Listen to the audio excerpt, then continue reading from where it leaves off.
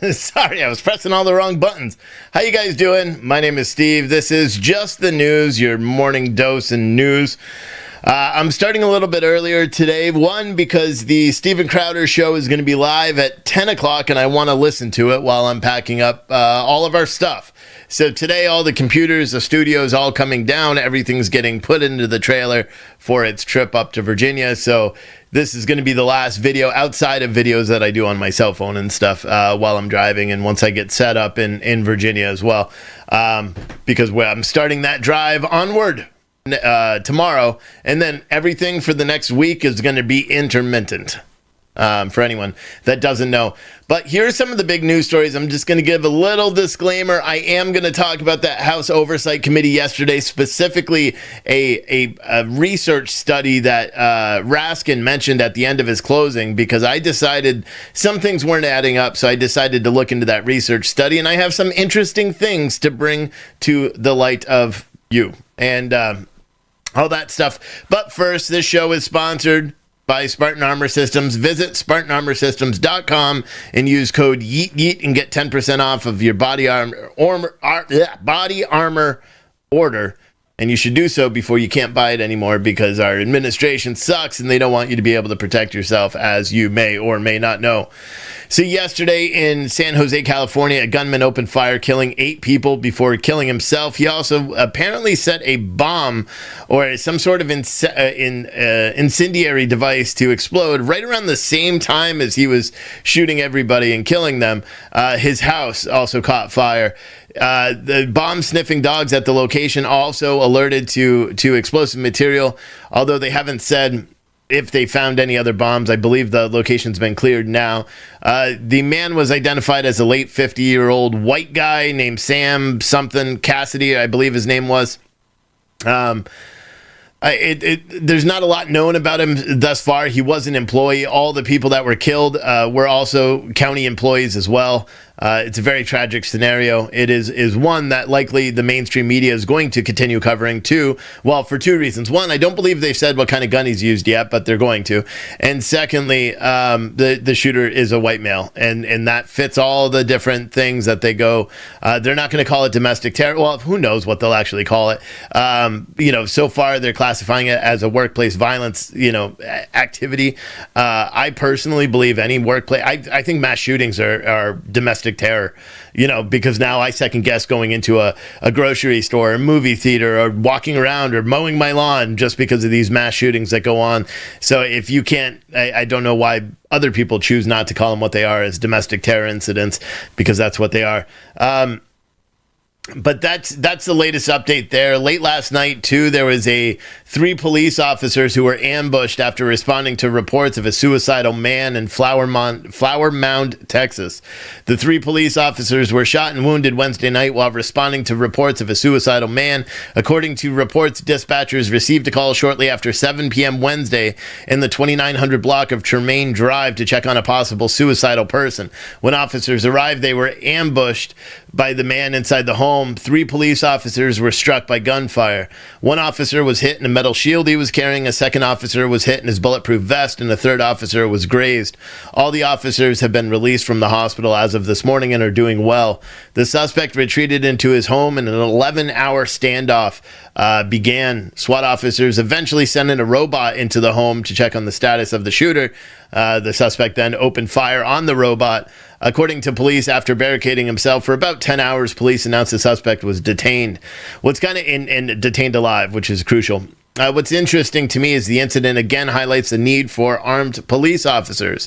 While many in the country are proposing that mental health and social workers be the ones, unarmed, mind you, be the ones that go to these types of calls, this is just another example of why that would be a horrible, horrible thing. Can you imagine if it wasn't armed police officers with shields and bulletproof vests that went to the house and unarmed social workers went there instead? We would have 3 fatalities.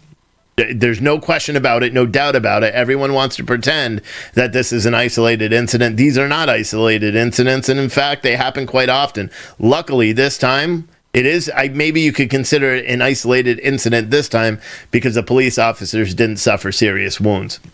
And typically, they die. as a response to these.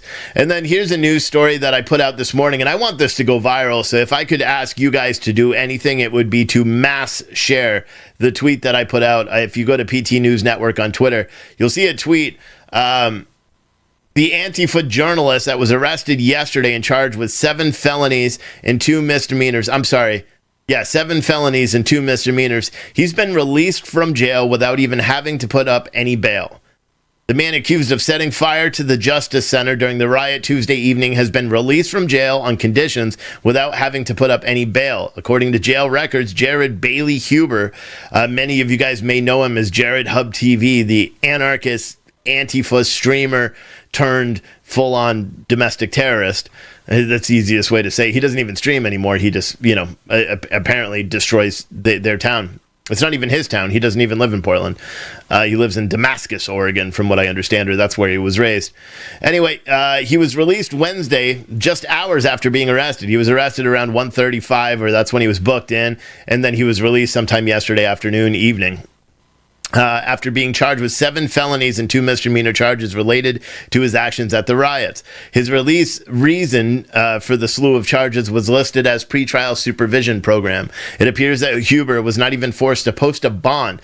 Keep in mind, the opening bond for a arson charge, in a first-degree felony arson charge, mind you, is $250,000.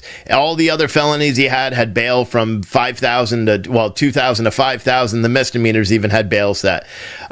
Mike Schmidt, in all reality, with this release, District Attorney Mike Schmidt continues his path of reckless lawmaking, allowing yet another violent domestic terrorist out of jail just hours after they clearly attacked our judicial system.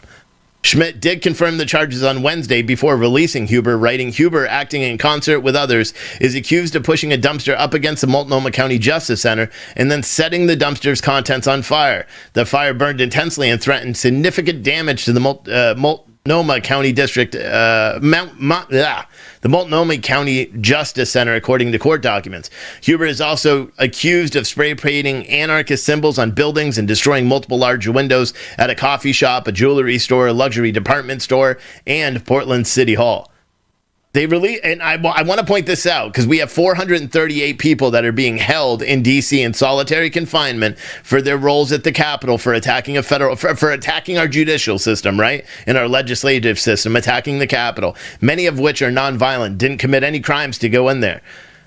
Yet here's someone that's clearly violent, attempted to light a courthouse on fire while people were in that building, attack police officers, damage personal property, and he's been released without having even to put up $1 worth of bail. It's insane. And this should go viral. Some of the charges he's charged with: arson 1, an A felony, criminal mischief 1, a C felony, criminal mischief again, C felony. He's got 3 more of those criminal mischiefs, C felonies.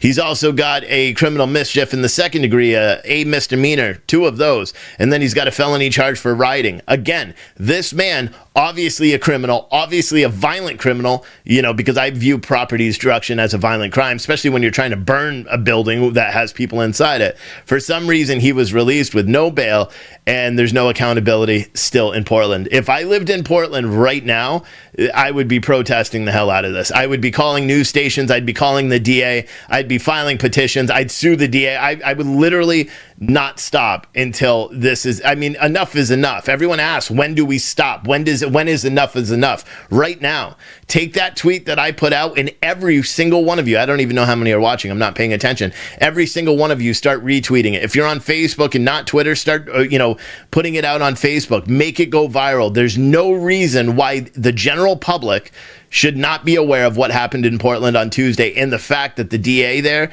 does not care. And the fact that the DA, by all accounts, is just allowing it to happen and is releasing people without any bail and allowing them to go back out and do this kind of stuff. It's insane. And keep in mind, this is the man that is suspected and has been identified by the post-millennial as the one who made that stupid video threatening to kill the mayor of Portland.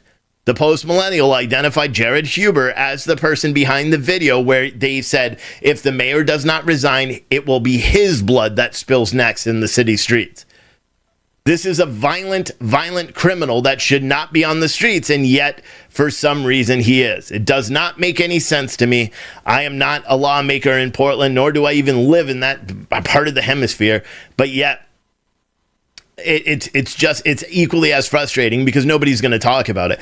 Every single news organization yesterday, including mainstream media, all talked about what happened in Portland, Oregon on Tuesday. Every single one, including CNN, very briefly, but they did talk about it. Now you know the people that are responsible for that. Nobody's going to talk about it anymore, which is it's a shame. That if I could request that you guys do anything, it would be to make that go viral, to ask those questions, to stop allowing this to happen, to stop, and to force mainstream media, force local news, ask them why they're not reporting on this in such a way.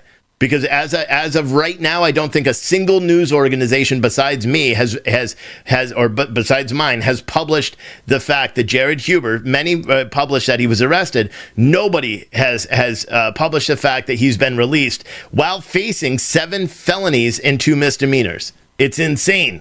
It's insane. Anyway, speaking of insane, let's get to the main talking point that I wanted to yesterday, or that I wanted to talk about this morning. The news is pretty quick this morning.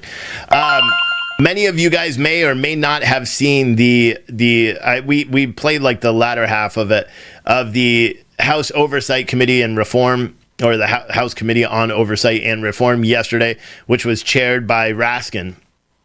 And the title of I don't even remember what it was something to do with white supremacy. It was the 5th meeting they have on it, and domestic, white supremacy and the links to militia, blah, blah, blah.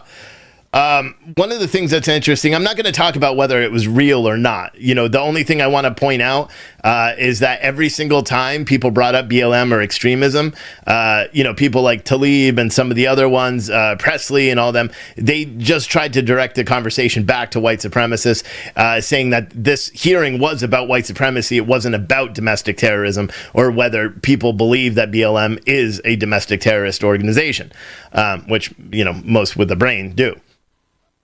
The thing that's kind of interesting about it, and the thing that I'm going to dive into a little bit here, is Raskin at the end of the meeting, he gave reference and he said 67% of all the domestic terrorist attacks reported in 2020 were committed by white supremacists. That is false.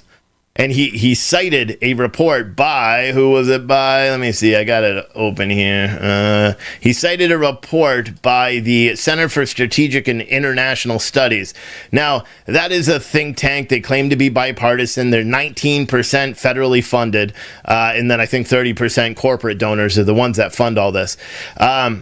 One of the things that's interesting in the beginning of this report, so there's a couple of things. Raskin said one thing that was incorrect yesterday. He said 20% of the attacks, the domestic terrorist attacks in the United States were committed by white supremacists.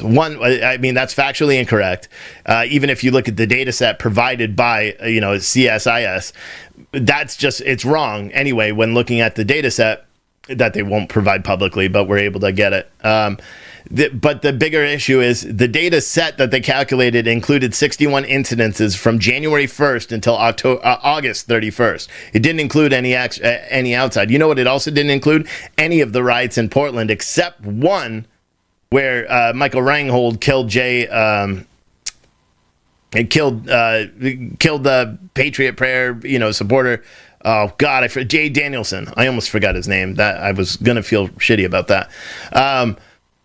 Where they killed Jay Danielson. That's the only one that they included in Portland at all. They didn't attack, they didn't include any of the attacks on the federal offices or the Justice Center. They didn't include any of the riots that took place there. So that's obviously shows that it's skewed.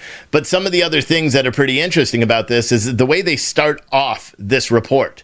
It said some U.S. government agencies have outlined the threat from domestic extremists, though most have not provided recent data about terrorist incidents. In its Homeland Threat Assessment released October 2020, the U.S. Department of Homeland Security concluded that racially and ethnically motivated violent extremists, specifically white supremacists, will remain the most persistent and lethal threat in the homeland.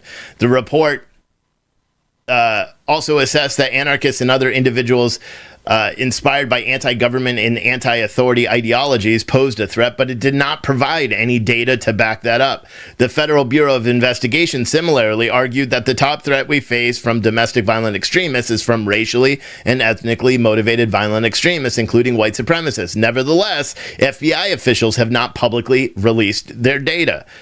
So this report goes on to say, to help fill this gap, that this analysis provides new data on domestic terror threat in the United States. What's really funny about this is this whole Center for Strategic and International Studies article, which everyone can look up. It's called The Jones War Comes Home Volume 2 is what this report is. They also do not release their data. It's so stupid. They chastise the Department of Homeland Security and the FBI for not releasing data when they say that white supremacists are the biggest threat. And then in this report, which they say 67% of all the domestic terror incidents that they took in their data set are committed by white supremacists, they also do not release their data set. It's so silly. But a couple of these we can break down really quick because they're wrong and they're lying, and they do all this double negative stuff in here, which proves. And I will be honest, I did send an email this morning to the Center for Strategic and International Studies requesting that I get their full data set, because there are so many discrepancies in this report that Raskin and all these other politicians are using as evidence that I want specific guidance on. Now, some of the issues here, they say, one, that vehicles were used more. There were only 5 fatalities. This is what it says. There were only 5 fatalities connected to domestic terror incidents, is what they say. Now, of those 5, you have 2 from the Boogaloo Boys, the Boogaloo Boy connection, which is far left. And they do double negatives when I said the double negative, because they say the attack or the plotted attack on Gretchen Whitmer, the kidnapping attack, was committed by far right people. But if you actually look into it, you know those were committed by Boogaloo Boys, or self-described Boogaloo Boy groupies, or whatever you want to call it, anti-Trumpers, anti-police, and anti-government. Those are facts. You can't make it up. But they say that was far right. And then at the same time, just 2 paragraphs later, they say that the attacks on Frank Underhill and the Southern California law enforcement officer that was also killed by the Boogaloo Boy in Southern California, the active military guy, they say that those are far left. So they can't figure out what they're doing, and that's the biggest discrepancy so far.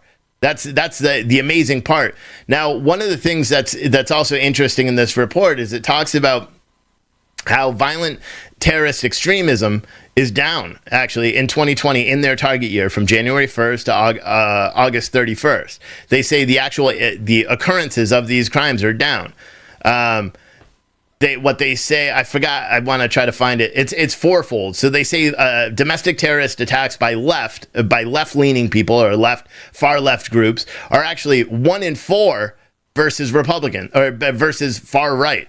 So for every 1 far right attack, there's 4 left attacks. But yet, white supremacists account for 67% of the 61 attacks that they limit here. Now, they say there were 11 attacks by vehicle where people drove into crowds. That is factually incorrect, because between May 27th and September 15th, there were 104 attacks where people drove vehicles into crowds of protesters. Now, the reason they are not including those, again, is they don't believe that people that are marching through the streets, violating laws, saying anti-government, anti-police rhetoric, which we hear all the time, they do not view them as domestic terrorists, as most people with a brain would. So they are they're excusing those and saying, well, those aren't domestic terror incidences, unless the person behind the wheel happens to be white and fits this data set that they have. So they've said 11 of those vehicle attacks were committed by white supremacists. That's factually incorrect. No matter which way you look at it, it's factually incorrect. All of those attacks were committed. Those were, the vehicles driving into those crowds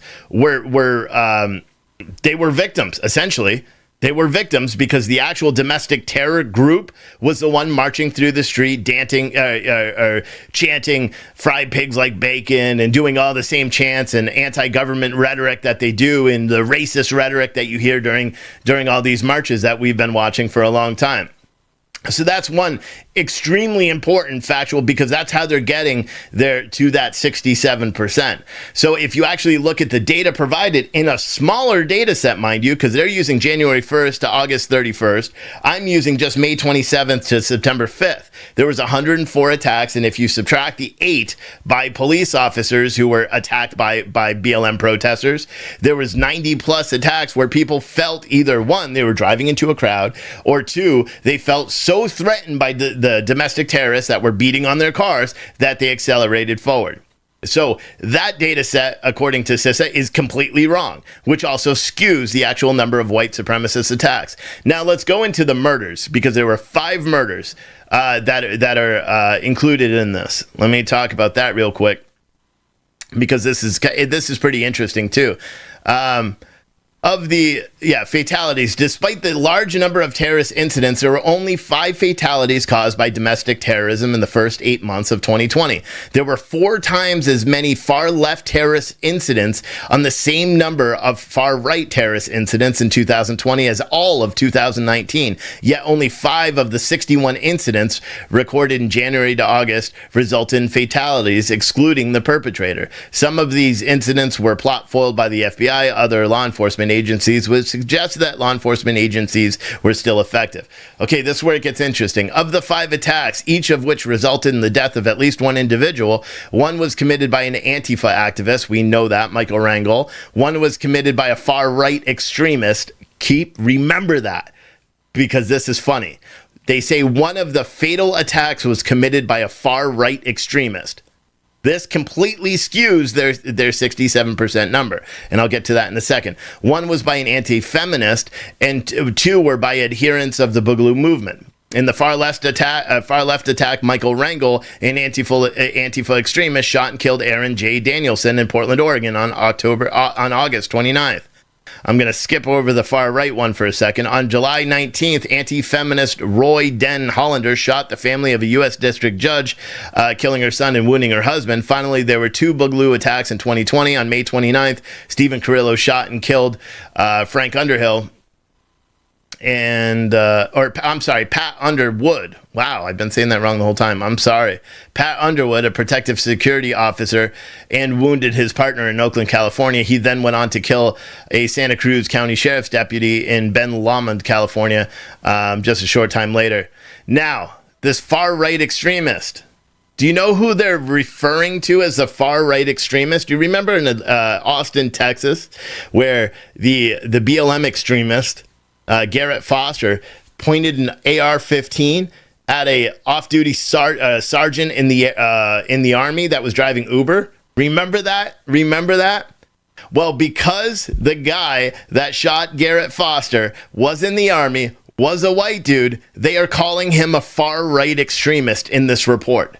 They specifically even say far-right extremist Daniel, what was his name? I actually reached out to his attorney this morning as both press and as a citizen, because I wanted to see because he hasn't been charged. Daniel Perry is his name. He hasn't been charged for for that shooting at all. Why? Because he was justified. Why? Because a video shows Garrett Foster pointing an AR-15 the same day that he said he was going to kill someone, pointing an AR-15 or an AK-47, I'm sorry, not an AR-15, an AK-47 at Daniel Perry in the vehicle when Daniel Perry pulled his firearm and fired and killed him.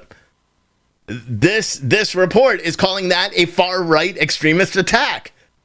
Do you understand? This is the problem with media, and not a single person in media that's referenced this has been like, wait a second, that wasn't a far right guy. He was a United States Army sergeant. He hasn't been charged in any crime. There's no evidence that he was racially motivated. There's no evidence that he was a far right, fringe group guy. There's no evidence of anything, excluding the fact that he felt threatened. He pulled a weapon, and apparently the police and the prosecutor and the grand jury that tried to indict him all felt the same way. Yet they are saying he's a far right extremist and possibly white supremacist. Isn't that interesting? So I did reach out to his attorney this morning, and I said on 2 parts. One, I would be interested to get a public comment, because I'm going to end up writing an article over the next week where, especially if they give me their data set, which I don't think they're going to do because they know what I'm going to do. I'm going to look at every single incident and tell the truth about it. But if I am able to access their data set, I'm going to do a report just like this, except with the real facts, and then publish it out. Because the majority of attacks committed in 2020 were not by white supremacists. Anyone that's been watching what actually happened in this country knows that already. You know it wasn't, white supremacists, but for some reason this keeps getting pushed along, and it's very entertaining to me. But anyway, I reached out to his attorney this morning asking for comment on this government-funded think tank that claims to be bipartisan, labeling his client, who has never been convicted or even charged with any offense, as a far-right extremist, if they would be willing to give a comment. And then I asked, on a personal level, wouldn't that make a good lawsuit? A federally funded think tank being sued by a person for calling him a far-right extremist. Wouldn't that be a really money-grubbing lawsuit right there? So I'm hoping that within the next 2 or 3 weeks, this law offices files a lawsuit against CSIS, because they lied. They lied to the American public. And if you take out the crime that was committed there, it also skews that number. That's 67% of all attacks. That's what's really important for everyone to remember, is there's no accountability anymore in anybody. They don't need to prove that they're right. They don't need to prove that they're wrong. Literally, right now, people can just say stuff, and then it goes off as facts. Senator Raskin, and keep in mind, all these politicians, they can't be held liable for anything they're saying, except by their peers, and nobody does that. But Imagine if there's more companies and more outlets and more think tanks that put out these actual reports that directly contradict these reports. The FBI says the biggest threat against America is white supremacist domestic terrorism, but won't provide data to get to that, how they got to that. Homeland Security says the biggest threat is white supremacists, but they won't provide any data on how they get to that. CSIS says the biggest threat, or 67% of all domestic terror incidents in those one area from January 1st to August are committed by white supremacists, but they won't provide the data. And then the little bit of data they do provide is completely flawed. It's not real at all. It's not. I mean, it's literally not real. The attacks that they're saying are not real. They're made up. They want to obfuscate, but that's not the right word, abscond from their duty. I mean, it's so nuts. And here's my question. And as I said, and I said this to the CISA in the email this morning, or CSIS, I asked them if they're going to expand their data set and do a new report, including all the offenses from September 1st to December 31st. Because you know why? And I know they're not going to do it. And here's the reason why. Because there were no white supremacist domestic violent extremist attacks from September 1st to December 31st. But there were a lot of far left attacks. So the reason they're not going to do it is because it would disprove this, and they would lose all their funding, because the people that are funding these think tanks are not people that actually want the truth to come out. They want to further their narrative. That's why Homeland Security, the FBI, and this think tank are all putting out identical reports. What I think is the most amusing is that this think tank put out a report criticizing the FBI and Homeland Security for not providing their data sets, while not providing their own data set and how they get to their information. It's very, very amazing, huh? It's so silly. I mean, just in September, this skews their reports anyway. On September, I believe it was September 5th, a BLM activist drove her car into 2 people. Now, if you're looking at 11 examples of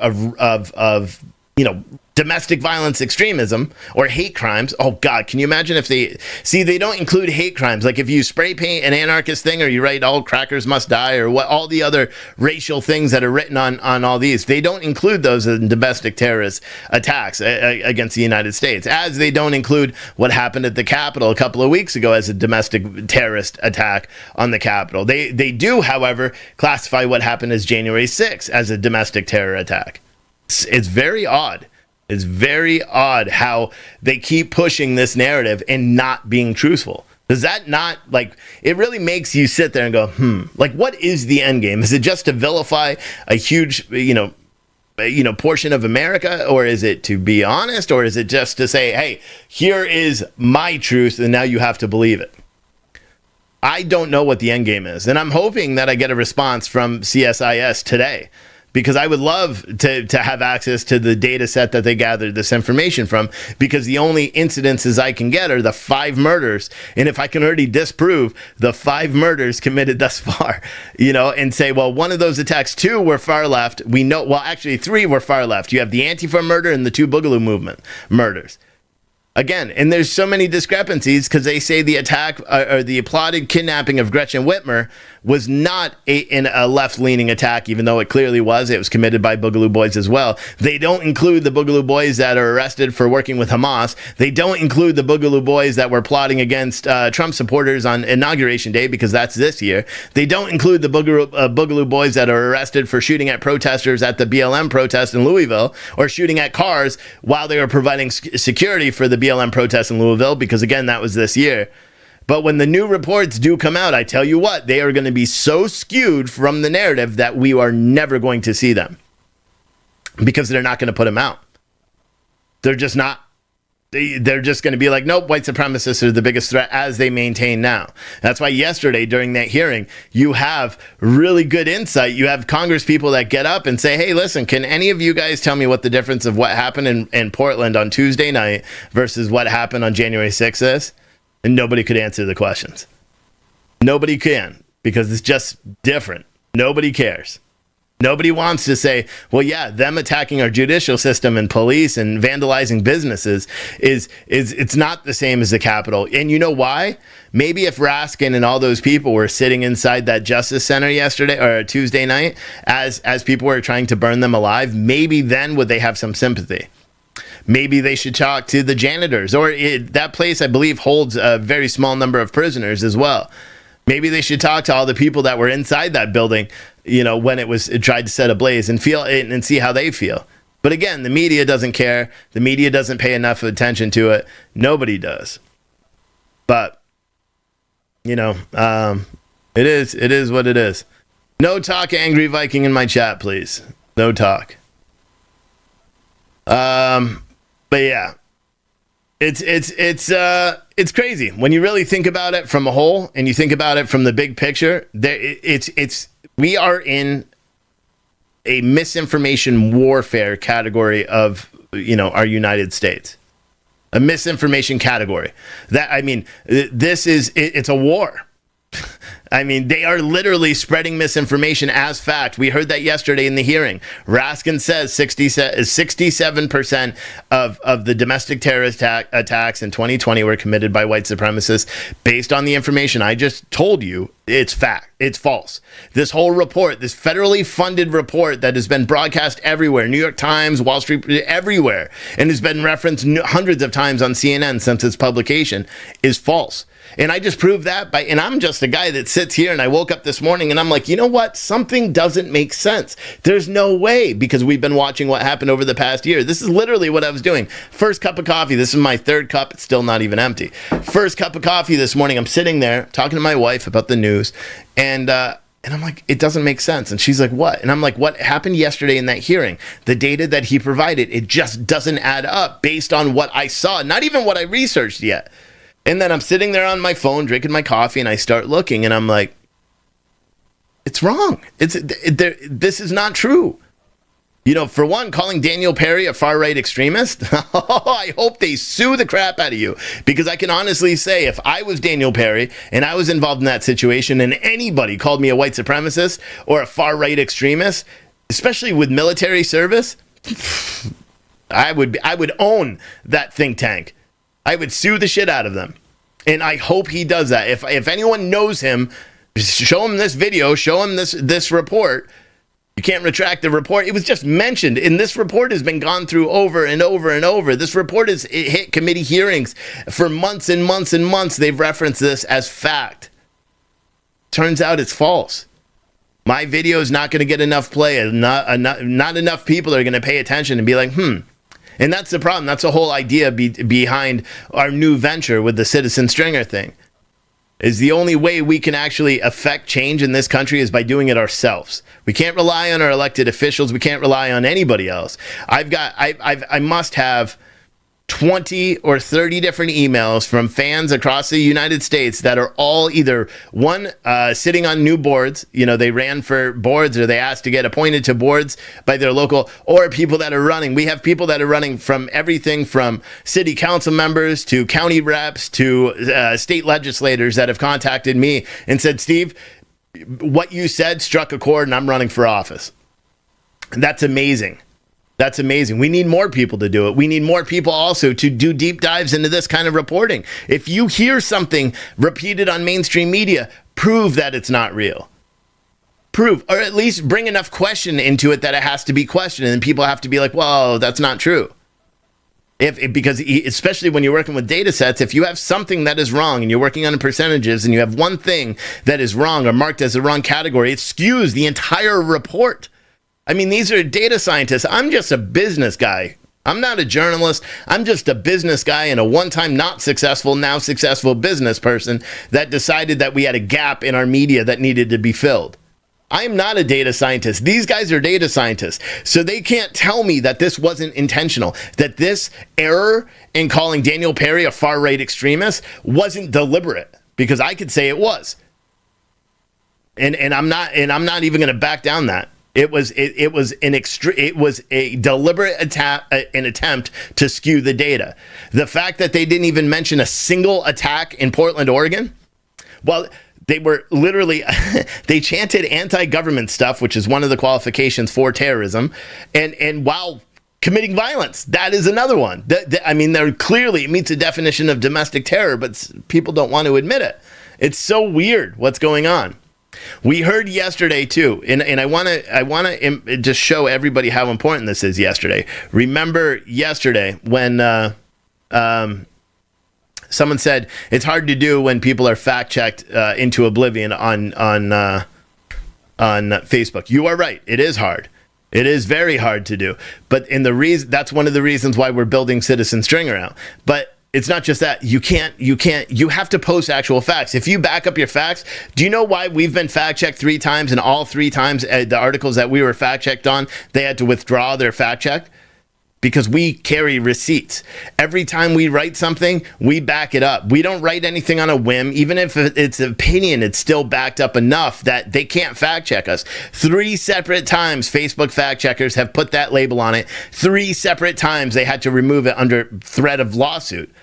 Because I will, I back up everything I say and everything I do in life now, and that's the way I've learned. I don't hide from anything. If someone wants to say, well, what you wrote is not true, then my argument is prove that it's not true, because I have reason and I have proof that it is.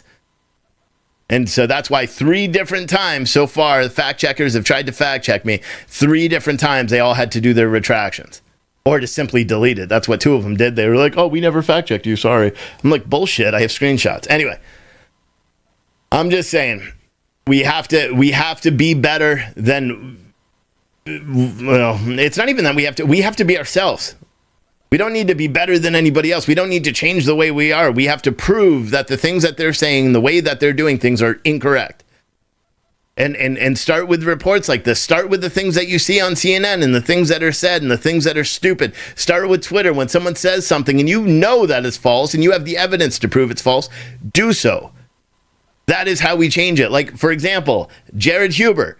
That kid is a violent person. We've known it for a while. He gets arrested. He gets released without no bail. That should be a national story. We don't have a national platform now, but like, for example, right now on social media, plus probably hundreds watching on the apps. Right now on social media, we have 859 people. If 859 people all go to that Twitter and retweet that tweet, it's going to get seen by more people. And maybe Fox News will call out the hypocrisy, or maybe even CNN will be like, hey, this guy that lit the Justice Center on fire has been released with no bail. Why are they being released, but the people at the Capitol that stormed the Capitol are still being held in solitary confinement, including the nonviolent ones? Why is it that the guy that's suspected of being the man behind the video threatening a sitting mayor in the United States has been released with no bail after committing additional crimes? Very interesting way to look at it. How come, the mainstream media isn't, how come Fox News on repeat every single day isn't mentioning John Sullivan? Like, here's your daily recap. John Sullivan is still outside of jail and it doesn't make any sense and we don't know why, but we're going to remind you every day. They're lucky I'm not in charge of a major news organization.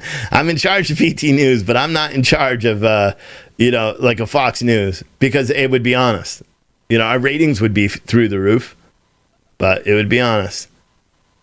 Someone said they actively change facts, definitions, and erase articles. Go back to hard copies. Yep, back everything up. That's the thing. Like you have to copy it and keep everything. Yeah, they did. One of the big things they did was what they say, the Israeli-Palestine conflict is great for white supremacists or something like that, or for the far right. And then they changed their headline. I think that was the Washington Post. And they just changed their headline, trying to pretend like it never happened. And that happens way more than you know. It happens so often. I called out the Atlanta Journal-Constitution for doing the same thing, because they write a fake headline, and then when they find out it's not true, they just delete it and pretend it never happened. I don't delete tweets. I don't. And if we do correct a headline, you know it, because we write about it and then we reshare the article out. That's why. And we don't do it very much because, again, the way we report is different. We report facts and not fiction. With that said, I'm going to share, and like I was saying, that's one of the reasons why we're doing everything we're doing here with the Citizen Stringer. For anyone that doesn't know what Citizen Stringer is, here's the infomercial part of the show. I know some of you guys hate it, but we have to do it on every show every day. You'll see a link that's in the description of this video. You'll also see it on the social media chats. I'll put it in the PTNN chat as well. We are rebranding PT News Network in the coming months. Sooner than that, probably not next week, but the week after. Once I get settled up, we'll rebrand the website as Citizen Stringer. And then let me explain this project and what we're doing.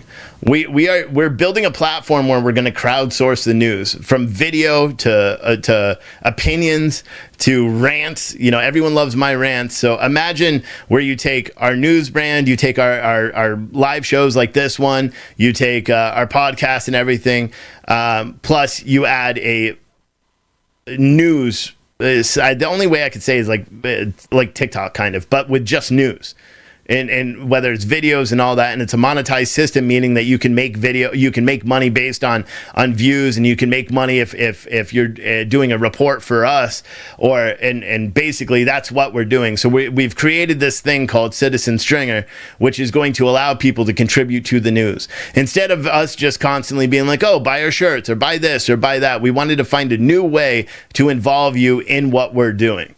And to contribute to breaking the news. You have that story that happened in your little town that you think needs to be on national news, but it's not getting the attention. You will go and make a rant video, or you will go and write an article and submit it to us. And if it meets our guidelines, we will publish that, and you'll make money off of it. But it gets those news out to a much larger audience. So that's what we're in the process of building right now.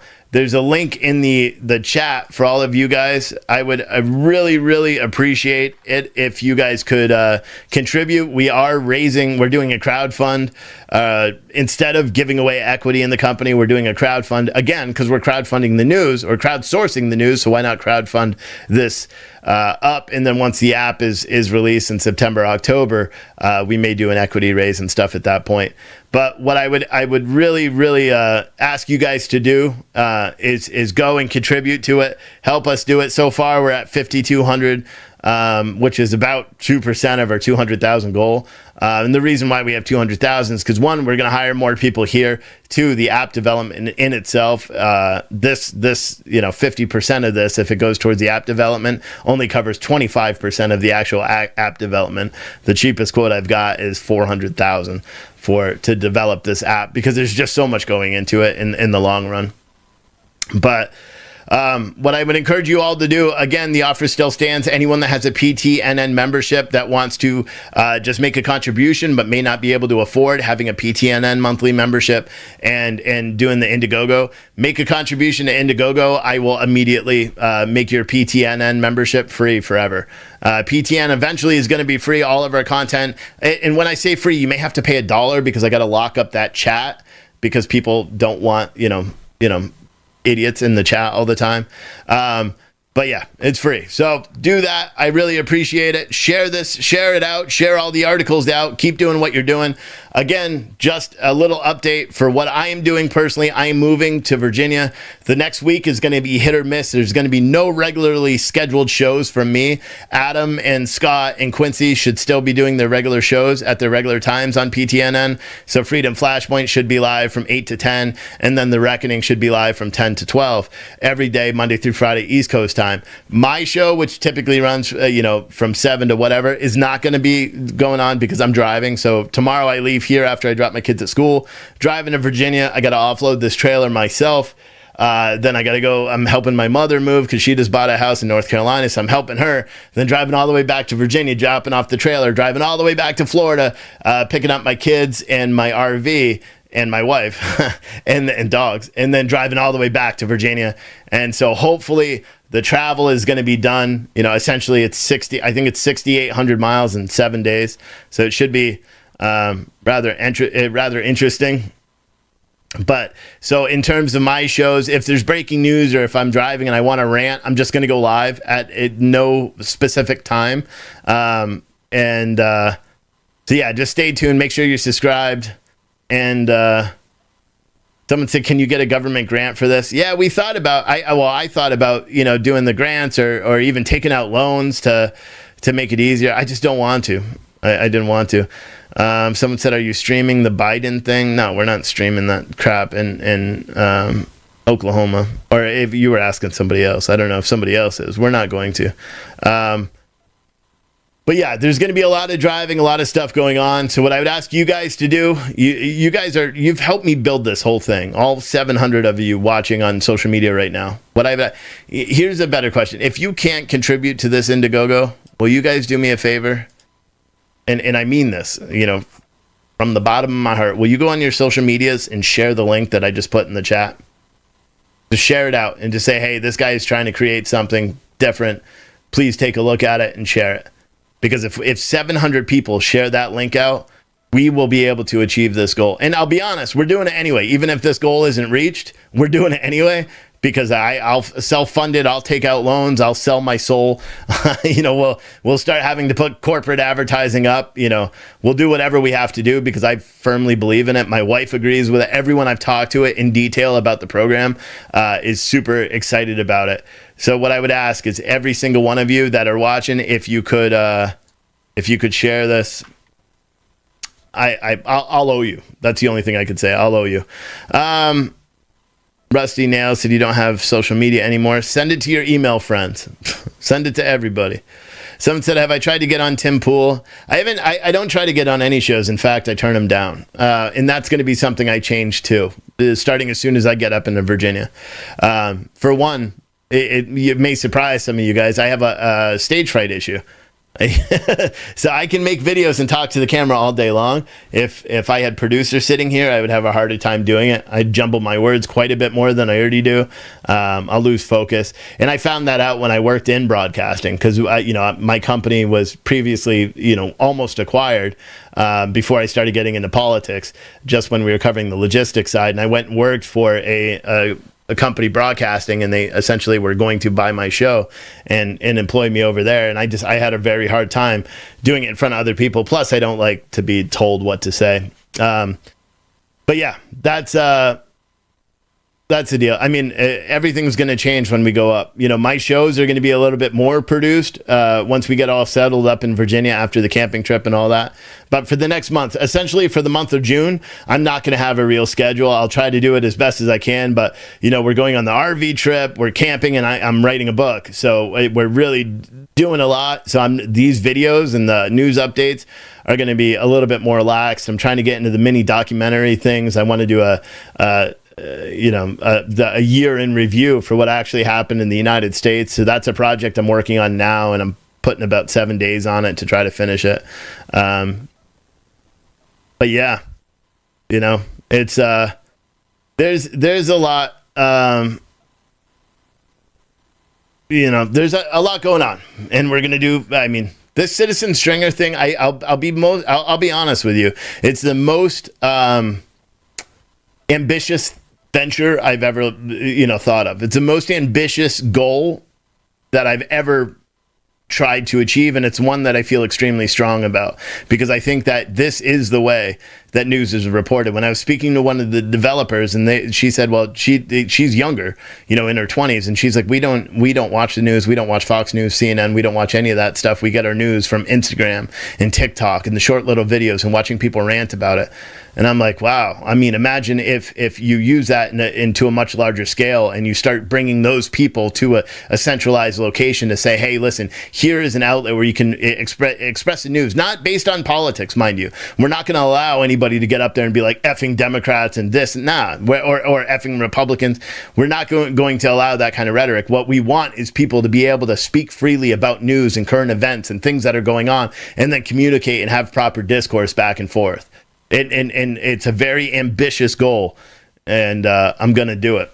I'm going to do it one way or the other, with or without you guys. But the link, again, is in the chat. I really appreciate you. Someone said you could write the book on what happened called The Year in Review.